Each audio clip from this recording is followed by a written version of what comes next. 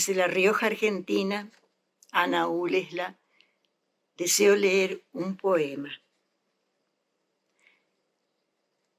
Abrazamos la vida con amor desde este rincón del universo que me ha tocado, pues es el reflejo de mi alma, mis tripas, mis entrañas, a corazón abierto, con música y todo.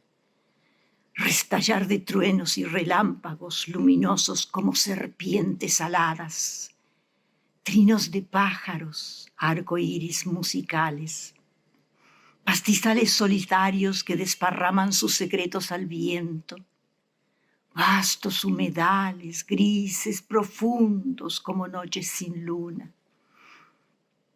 aguas cristalinas reflejando cielos, nieves eternas, blancos sudarios de los cerros, estatuas de hielo, gigantes guardianes del espacio-tiempo, bosques encantados murmurando insondables misterios, caballos desbocados galopando infinitas distancias sin jamás llegar al horizonte, volcanes escupiendo fuego, con lavas lamiendo las laderas cuesta abajo, cual venas abiertas manando rojas sangres, corazón de tierra, sollozando, gimiendo, quebrándose de pena, y cenizas, más cenizas cubriendo los pueblos.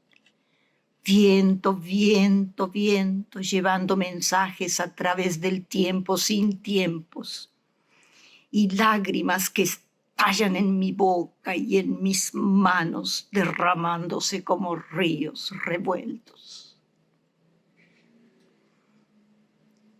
Gracias por este espacio.